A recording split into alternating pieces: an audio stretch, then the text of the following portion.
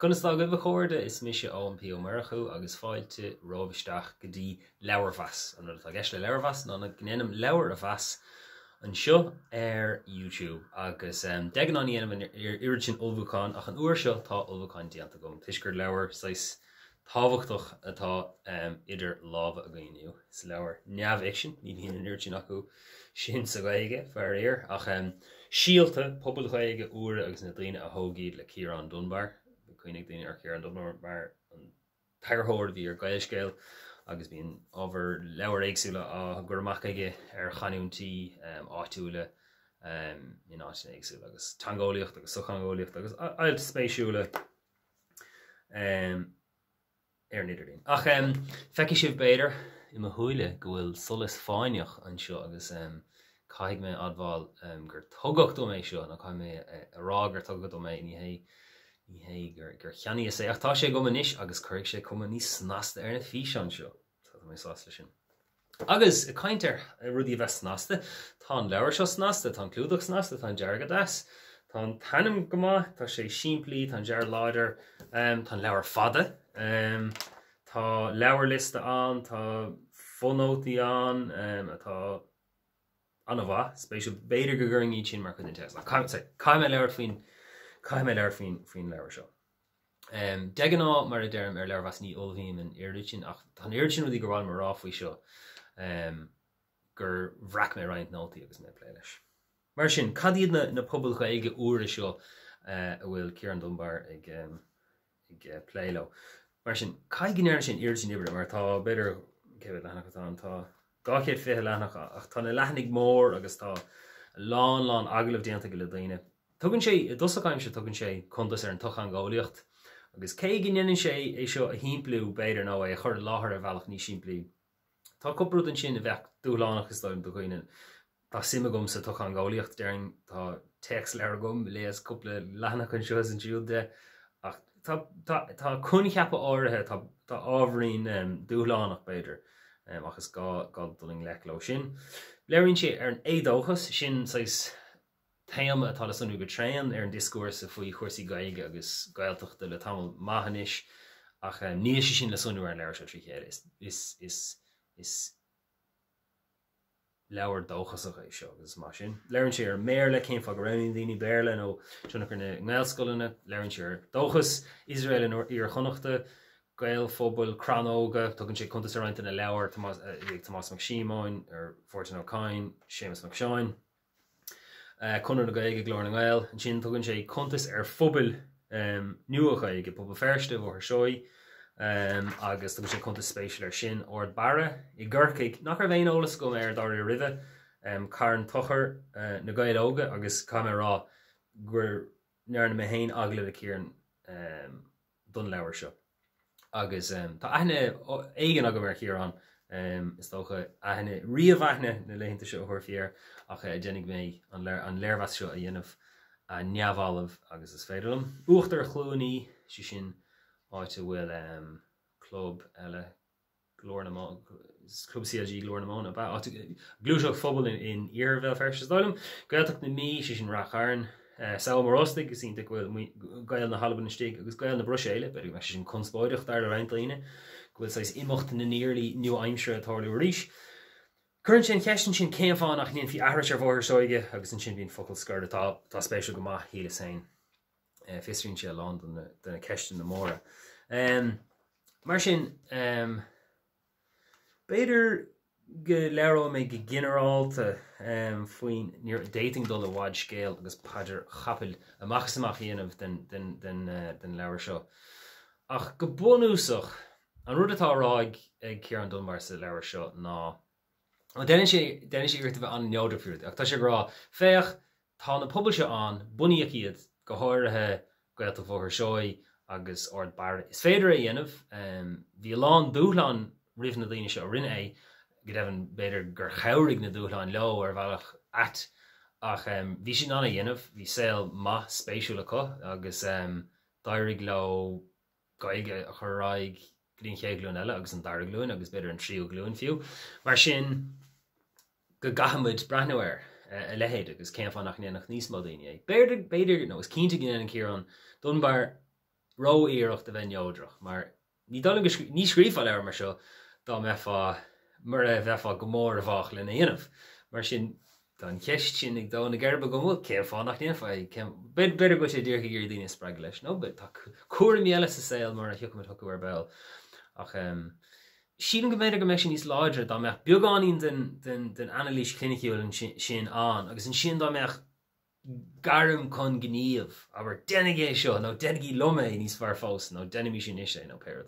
Ach beidir go dúcha sé sin, nó beidir nach bhfuil annach rud acadú. Ach sílan go meis sin níos láidir mar fiasa, mar is léir gur bééis sin hílann céir Dunbar ar level éigen agus ar choiríanamh. Dúirigh sé bhfuil an spéisiúil faoi tá lán ceisina spéisiúil a fealsúnacha agus náisiúnacha agus socangóliacha. Ceanna ar churas an sunrú an ná play cinálín faoi, well, is léir gur gailú ar bhealach a bhád níos omláine a bhaintear amach nuair bhíon gailfobal an. Céan fá mar sin nach é sin an spruch a bhíonn sa gagricht i gaige, bíon ag roint bheogacha agus céan fá gan irítar ar an abheocan a bhád níos lethne. Agus, cé bhfuil buntáistí orda le baintá sin, bhéine teacht leis an tuairim sin gur chóir díú ar na pobl sin. Agus rud eile tá ansol ar sa leabhar ná cé an tionachar ulmhór a bhí ag gaeltacht mhór seoid nó pobl feirse. Tá sé spéisiúil tá na hanimneacha agus na téirmí a churmid ar rudí tá siad conspáide chuirnta agus tá téirmí éagsúla ar rudí. Is tócha tugam gaeltacht mhór seoid ar náidin tuis go bééis sin atá cluiste go marach. Is tócha go seaachná an gaeltacht ar fóbal leihead, agus is seaachnín si féin istáim sin gur pobl feirse an tanatá. Ach céim fá nach é sin an spruch, agus tagan a lán rudí maithe as. Ní hé gur tháinig abheoch an ile chuige bheith feirste ón grúpa sin. Ach nuair thusíonn tú fistú le roiint na grúpaí eile, bhí idir spreagthe go díireach nó go hindíireach ag daoine a bhí bainteach leis an scéim sin. Mar sin má dhéanann tú dlúfhobal a thuirta chéile, de gailgóirí, chuirte siad aithne ar de chéile, spreagadh siad de chéile, chun rudí éagsúla a bhonú, ag cóircha an buinc agus goráistí agus grúpaí alína agus scoilena agus míle is céad rud eile. So ar mán sin tá an tábhacht le inéanamh agus rud nach an daoine beidir fiú na daoine is deonghailte i leith na gaige ná gur ríachar an gaige a thuirt do fáistí fiús na countercha gaeltachta is láidre sé sin gomíon an urchin bearlachlas. Fiús na cásna sin gomíon bur tiisme thóir leir gaige lá sáile. Tá sé dachar fiú a cínú go sealbháidís an gaige i gceart mar tá urchin bearla an agus tá cuacht an mhór ag an tanga. Ní dáilm go dtugin a lán daoine aber sna síomhanna bhfuil bainte gumsa lá gaige i gcatharcha agus le go sin táirliú agus ar nóí tá sé sin anna bhhailech ar fad. Inis tá rud éigen agus a derm sé sa leabhar é, ní dáilm gur bunan sin agus deire leis an gaige, beidir gur deire leis an gaige tradiisiúnta atá. Ach is cínta fiú má éirítar as leabhart na gaige go háanlua rud nach dáilm ní dáilm go dóirleach sé go háanlua. Bheadh sé andachar rá céan uair nach tanga bheoí a heile, mar beag díagar seoirí ná na hacadóirí ná na daoine meanachfacha as bla lia a gluisim den ir sin caiintear agus na daoine ó lucht ibre ó bheith feirste agus daoine éagsúla timp na tíre leannig na daoine sin a leir gaige. Beag gaige a leabhart ar bhealach éigen ar fan na géad a blian. Ní léon áras ar an faoi sin. Ach an ceist ná an maiid sí mar hanga fóbal in anna godáit. Credum go méid daoine a tógáil páistí le gaige i gceann roiint céad a blian. Agus beidir nach méid anna chud ach go bán ach tá is stáilm gur chóirdainn díú ar chuna sé sin a bhéidir. Ok, tá dul a bhaid scéile seo. Cad is cóirda mí dhéanamh? Sin rud eile, braigh mé roiing mé trí beidir roiint an pointí eile sa leabhar cinálín níos mine inis.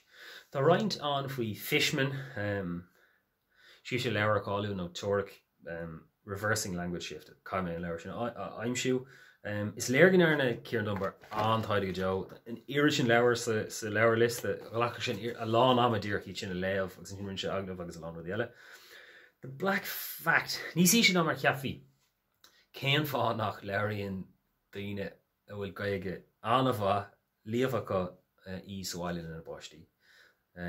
So sin ceist an bhór agus lútar seo gofuil scríóirí mór le rá náir leabhar gaige in a báistí agus deir daine ní féidir an náire úsáid chun daine spreag ach is dóm gur féidir ach sin go sé úfásach nuair dhéanana daine sin is geall le guid agus cholíú athúir é má tá tanga got fiú má tá sí got tan hirir sin daine nachfuil in mór an gaige ach tugann siad an méid atá chud á báistí agus bíon na páistí ná tógáil ar sin nó í ausú nó péad ach an té beag béirle fiú mar leabhar fa focail béirle le beag béirle forfa lán chaidánach flúirseach fillete snasta acu agus iad rábhníonn deag dís in éireann ach mar dogann tú gaige dóibh gach seans nach méid seacu so sin ceist má aon den éisiú seo agus má an gaige có aon cin á gaige leirigh sin leabhar báistí mar mór gaige go fála míí níos mó agus denigé sin. Sin luútar an ruid seo faoi céhéh teilech a leirn gaige sáile nó bhfuil tuis mór bháin leir gaige sáile agus ní lisagain scanal conas nach bhfuil iscain. Fiú na grúpi atá animus bheith pléile seo beidir gur glór na ghile tá animus a pléile tanga tí agus mar sin faoi láthair cáhfuil na feachtais atá dulisteach na hospidal bháthircha agus arála daoine denigí bathú cíche don fáiste chun sé go mór lena gomas denigí gaige a leirt le chun sé go mór lena gomas fiú rih sin de dochtúirí tailig draman a vín sa pléile le tiismthóir tá sún ó lehéid be chógameach daoine taú le a sppraige ag seáil isteach le agus lehéid sin ach agus ceistúing féin é sin freisin charóch an stáit cínte do meid an stáit níos fearr a dhéanamh sin ach níl sé go maith dhéanamh sin so caiimiid ceistcuring féin luam sé go minic le chuir caiig sé bheith sa discúrsa goin caiimiid arálan ar gáda caiimiid ar arála daoine má tá páiste ar meach caiith arála tá sulm go tú léir tú gaige le nó tá sulm go runnig tú gaige arú nó tá sulm go rainí tú gaige le nó má tá carhait nó má tá ceiste wet sílim go bheith sé go híntaach don éonfá seo denim sé níanam sé é beidir a gáí ach denim sé é go minic agus uanta a daoine ára chuirlís tá tuis casa leis an urgent daoine agus aber nuair a saoíoch leanamhdómh dúidir caiim gaige elam nó caiim gaige athelam is bhíon a daine bhil scóth na gaige chu agus ní bhacan siad spéisiú. Trúna chu na gailscoilíochta híon daoine sa déanana beaggus fiúdú na gailscoil ará nach fiú cacan dealiad a chabar má chás féin leabhar maithir gaige sáile agus cé gur cuiinm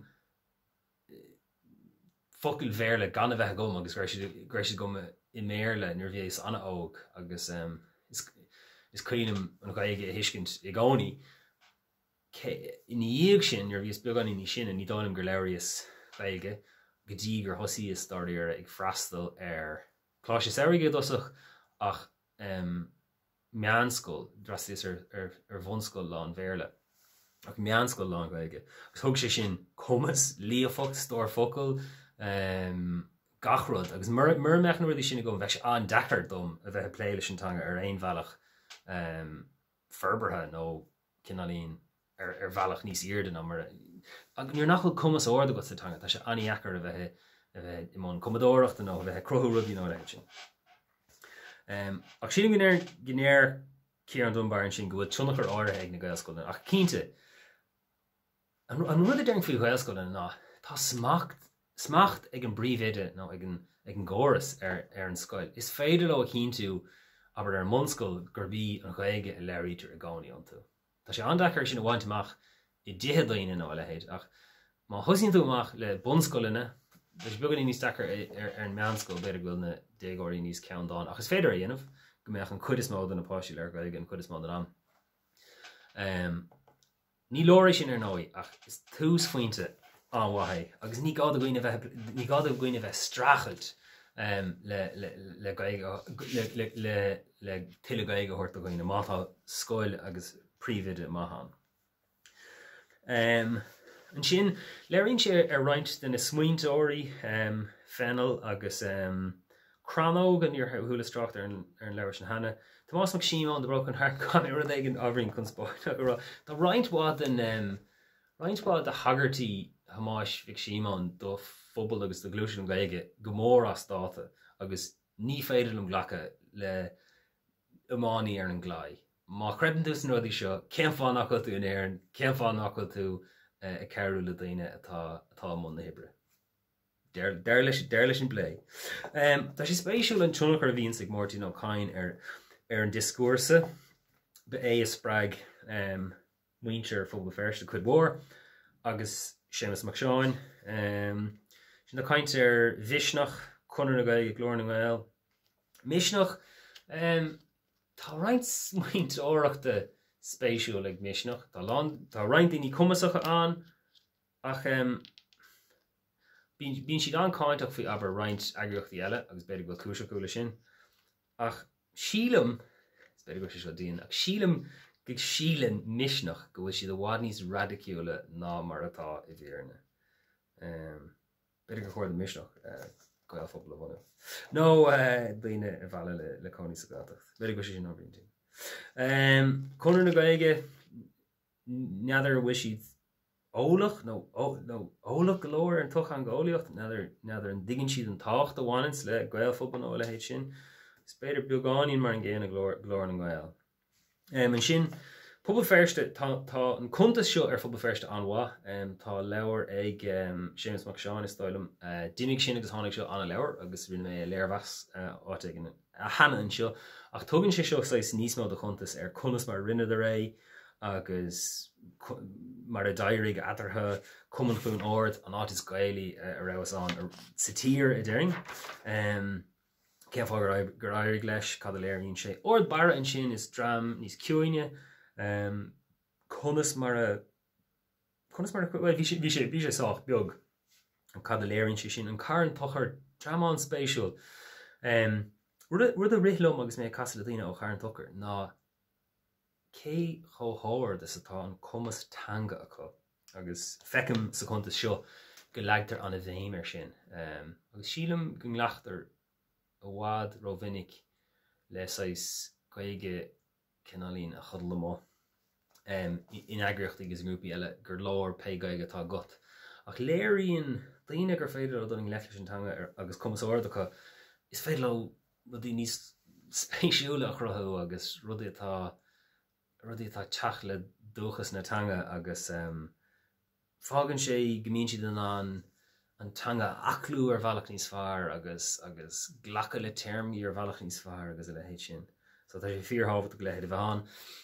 Tá sé spéisiúil roinnt tá siad i breanú ar phlean a bhád níos fad termí agus tá siad in géirí an pobal a thiúntú in phobal dáhangach nó beidir a léironn san gaige thar tréimhse dahad gaige blian agus nascinn siad é le cuasaí écóíocht agus timpeacht agus rudí tá an spéisiúil.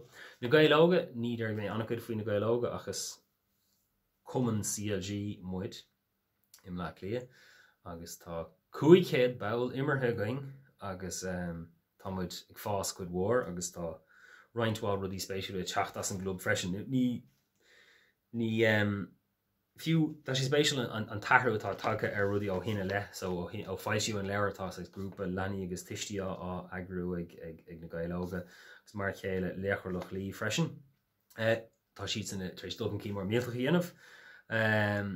Uacht ar chlúnaí ibrithe óige atá gceist an seo agus sin gur bé tátal Dunbar go generalta ná go se an dachar nuair tá pobalách mór an agus nuair tá gur é sin a chuilú. Gailteach na mí céim fá gur éirigh le racharn tá sé sin spéisiú go má saoim rostig gur tunnachar éigen aige an raibh tunnachar aige ar an bubal áitiú neadar ach tá pobal nua sais crutha an. Agus an sin gail na bruse éile agus tá a lán daoine bhín sa cásamh a nimachta ach léiríonn sin seo go bhfuil saoil sách gailech ag daoine helann sin agus nach míon an béarla an mar chuirsteach ar ire agus go leithníonn sé san aigné stáilm agus cúpla eile. Si léironn sé folaíocht na fáiríochta chuir atá spéisiúil agus lucht an íonachis agus tugann sé contas ar an tlí go minic gur caintúirí tíadó sé sin daoine a dalamantanga a bhíns ar thóir na Gaeilge is Gaelí ar fad ach go minic sin minútar ar seo go nglacan muinte na Gaeltachta le daoine aber má leirint a Gaeilge le a fáiste sa bhaile go nglacan muinte na Gaeltachta le sin. Ní agam céó fír nó neamh írs tá sé sin agus le héid sin. An sin tugann sé sais focail scoir agus le héid. Agus tá sé go sunrú cé go bhfuil rudaí sais bhín sé leir ar chuí Gaeltachta is dechar a bheith anna dóchasach ach tá cúpla léas dócha sé an is dócha agus níor bhreaíonn tú ar roiint na pobl uaire tá si sin chuirdaí sin dóchas ortha. Seo roiint smuointe eile a bhreac mé agus bhrealam go méidir gur dá bhreagracht ina éigeníd iad. Bíon caint go mion minic ar athrú tátála ar an Gaeilge agus gur tionach na bhéirle i gcónaí é ach tá airithe ortha an agus is athrú nádúrtha é nach cuairtha maithe nó nach cuairtha béirlethe atá agus céimhéad de sin atá sin freigar nach feictear riamh bítar a gcónaí an tram ar chuoine óga atá leirt na Gaeilge. Tá cuid den athrú sin ina ghaildú amachchas ach tá cuid de cinnaí na tóirú go hinmheannach agus céimhéad de sin bheith spéiscim an ceistine eiscint á plé áit éigen. Rud eile is dóilm in daoine dearmad ar uaireanta ná sílim go ná chaid an Gaeilge na naoine ag titim. Mar sin daon fá grafáil ar chuoine de ar ise beag sé súsí sin seo an siúd ach tá an gná chuine a héins ar Gael Scoil agus Gael choláiste sa lá aniu ann. Bhín siad cinálín lofa líofa ag deire bóthir agus an duine a drastal ar scoil bhéirle beidir gur cuid den scoiliocht trí Gaeilge sna seacaí nó sna seachtaí go minic braham go mbíonn Gaeilge níos fearr acu sin ná mar a bhíonn ag an duine a chuig tríd an Gaeilge agus. Cad eile tá rágam. Bhí sé spéisiúil freisin bhí sé caint ar chuoine ar rachárn agus bhí roiint dahan mis sé idir na pobl agsúla, bhí mis sé cinál ina bracha cadíad na rudaí a bhíag na pobl seo a chinnta go raibh lo agus rud amháin a daithníos ná go mbíonn caidir bhain dlúir daoine tá si gaithla le chéile nó pósta le chéile agus hana agus éan ó rachárn sílim go siad pósta le chéile agus níos agan lútar sin sa leabhar. Beidir go fócas beagáín rá thuúscartach sa leabhar, beidir go sé sin ceart ach sílim go ládróg sé é dá me cúpla sampla eile ó áitina eile nó is éasca sin rá gan an taide inmh agus gach sean go bhfuil an chuid is mód den stuff má atáirún ar bheith ferste nó an áitina mar sin. Maidir le Halaban rud nach lútar íon nóbal an duine a bhhanig saoim rosta cean fá gur air leis tuis go raibh na mórtha airgeige agus bías sin. Bhrealam dá me beagáí do chuntas an ar cúpla ceann na Gaelphobal nó fiú na grúpaí beaga a bunaíoch a pointí éagsúla ná airig lo. Is cuinim scéal mór wadra na nacht gos eiscid faoi rud éigen bhí le tóirú i Maileán Mona agus níor thuúla aonrad faoi ó hin so ghlacham leis ná hála sé. Mar uaireanta is dechar rudí a chreidúnt go dtí go bhecinn tú nó go dtí go gasan tú le duine ag an ón rud nó ag rud agus an sin leirú ó is ann an rud seo. Fiú bhís caint le Ciarán a finné faoin leabhar seo le déine agus dúirt sé ó bhí grúp éigen an a dhéanamh seo cúig bliana déag ó hinam lechlí agus gona bhí crinú bháin am lechlí a beidir déimlíon ó hin a bhí sémas nach seán i leabhart aige ach difar bháin a deiring agus rud agans an dechar nó reinfáin níos dechar éanamh am lechlí aber níos ná costas na talún bhád éar níos costasaí costas tííocht bhád éar níos costasaí so aber fiú má bhí sé costas in sna hochtadí nó sna seachtadí níor a tháinig pobl ferste ar an bhád dean go tithe beidir 20 uair níos costasaí nó rud ag mar sin agus bhád éar níos costasaí ná an gná thuras le bliana so ní bháin go sin níos costasaí ach tá sé bháin níos costasaí i gcompar leis an airgid a aon duine na bliana agus tá lehéad an agus so fágann sé sin é gur sin dúlánach. Agus COVID-ling tá sais deire le hargantí áirithe mar le ó ní féidir puiste all sa bhilteach agus a lehéad. Tá couple spéisiú faoi hangan an gael ag gomráid le tangan héan. Agus is cuine chéad na lá an ri lom is gael mé. Bhí sig léh lá mar bhí an am lá nu an íag sin agus is sé lá chudhór an chúscoil éálas a go mar bheith ferste. Ach hí alt le duine do bhaintear bheith cába hí sé caiin faoi gael agus is cuine fiú is an ochlóir uair ag an eile Irish stew agus stó a gaelach a eiscintir. Ach péisce le tangan is an chaige agus tanga na gael seachas tanga na héan. An féidir bheit leat a bheith éarnach gan bhéirle sin ceiste a deireach daine. Rud an eile a déirthing ná bíon daine árá ní fiú mór an ama ná dúthracht a chaibh leis an gaige taobh mud an gaeltacht ach níor bhíon bainte go le rudí taobh mud an gaeltacht. Tagan daine ón gaeltacht atá na gáim le chuige agus bíon siad ceangailte leis an rud, bíon siad ná an gaige a leabhart, agus beidir go méidir spreige an gaige úsáid níor ilinn siad ar an gaeltacht ná má ilinn siad ar an gaeltacht agus a leiid sin. Agus sin go sin tábhacht a freisin taon na grúpi sin ar thuris chun na gaeltachta agus sin go antar dearmad ar leiid sin go minic. Bhí rud amháin a dúirt Ciarán agus dúir sé go sin sé go méidir nacht ógan daoine a báistí le gaige tuisc go gapan siad ar go greidan siad nó go bhfuil is acu go an cailte á hebh na gaige. Ní dáilm go daoine chomhthólach sin. Sílam nach go leannach go bhfuil siad leisciúil agus déalna agus aspa sime agus beidir gur caimhhaimsre nó tá sé go daspa gan gaige leirt agus dacirtí eile sa saoilecha agus lehéad. Tá smuoinódí sé beidir go réic sé le nó tá mí nófií dó a bheith beidir go digí seo tá sí a bunker fad ar fad. Ach neadar. Rud eile a luúin Ciarán Dunbar rutá spéisiú ná pá uanta déir daine agus siúr dúir reintaíine ó na háite na urbacha sa leabhar gur nach míon aithne ag daine is síomh urbacha ar a chéile ach nachfuil sé seo fíor faoi fáistí go gur an páistí aithne ar a chéile agus dábhrí sin gur bí tanga na báistí go míon tunachar mór agus sin ar hanga éon fáiste. Chun sin cheist uór an bhfuil na gael gealdathe agus táid gealdathe. Fiú na daine is gailí a going glachamid bíimiid anna bhuioch as an miogánna aimimiid. Agus an sin tá lista gom caiimid tá tríéis leirt bhád ar an rád ar seo ach tá lista a gom de roint den na rudaí a bhí commánta idir rointa na tógraí sin. Beidir scríb mé amach seo áiteigen. Ach cad a heastíonn ó untar a míon rathir. Bíon ideolaíocht láidir lán gaige ó cínte ag cuide. Bíon daine atá gaelta nó pósta le chéile pórtach, seo mar leis na gael fóbal. Gníomhíonn siad go háitiúil. Is daine tiomanta iad bíon páirsantaachtaí mealtacha ag an lár. Deninn siad rud aigen a agrú nó rud aigen dhéanamh trí gaige seachas grúpa gaige nó lehéid. Bíon órad chaide an gaige mar spruch. Dírítar ar an astrú idir glúine. Bíon na daine seo i deangáil le dramana agus daine eile a míon ratharú. Bíon takeíocht ó phobal níos leithne ach dírítar ar gaigóir léfa.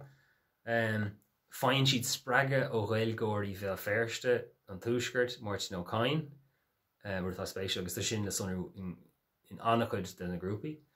Má tá smaoineh acu go dosíonn si leis go hántapaigh go dúcha gacrad eile in dhéag an dhealsúna seo ná habar é déana.